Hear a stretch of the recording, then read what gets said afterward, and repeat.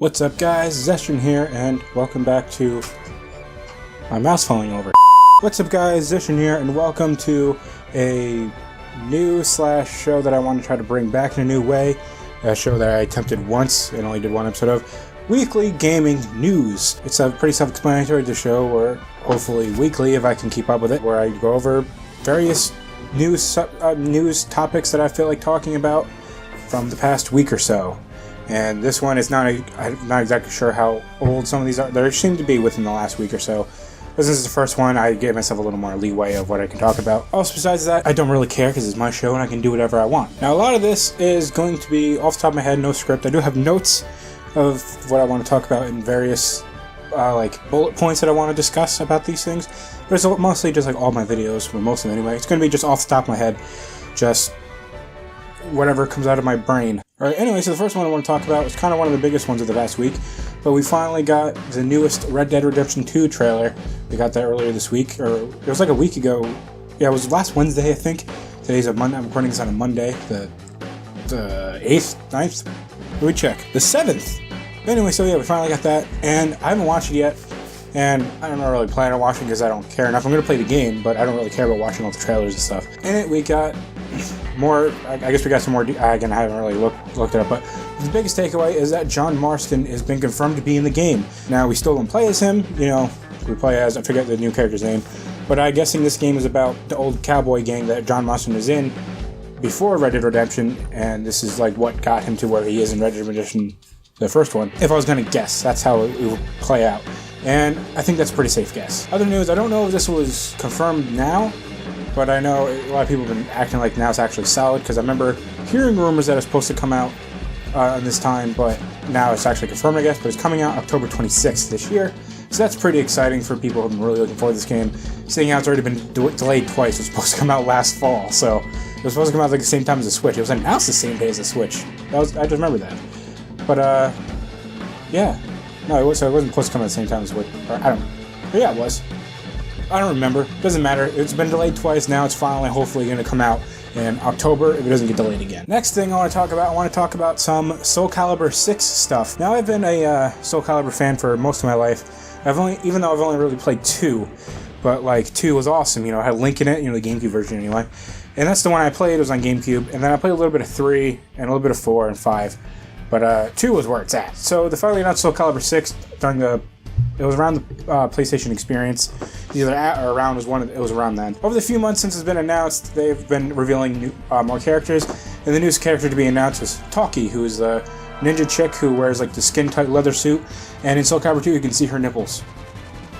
Like, not actually like bare nipples, but they're poking out of her costume. Like, people at Namco are perverts. But anyways, that's pretty cool. She's kind of a cool character. She can be annoying. Like, she has this, like, there's like a challenge in the Weapon Master mode of Soul Calibur 2 where she always blocks your moves. You have to do a guard break move to actually win the challenge.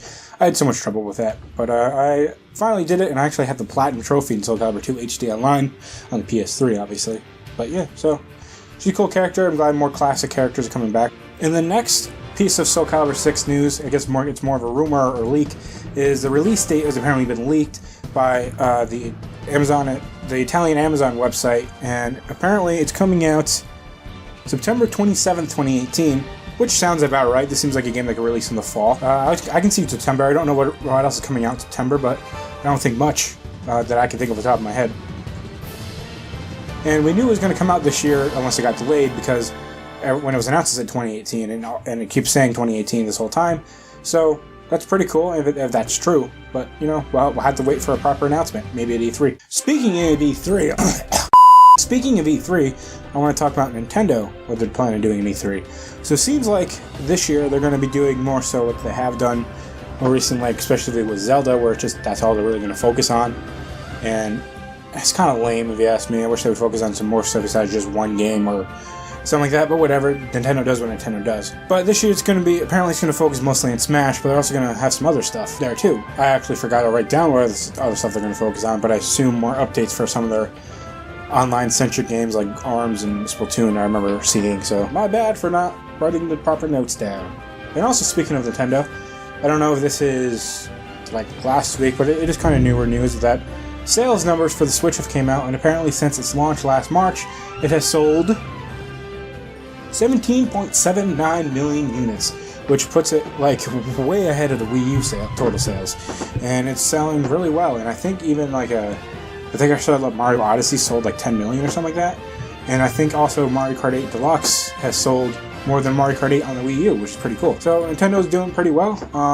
Still not, I don't know, you have the Switch, I only have like 3 games for it, I barely play the thing, but, you know, I'm glad Nintendo's doing well. And the last piece of news I want to talk about today, and I actually saw this, it was like a brand new update when I was looking for stories to talk about, is Dragon Ball FighterZ, or FighterZ as it's actually supposed to be pronounced, because there's no space between Fighter and Z.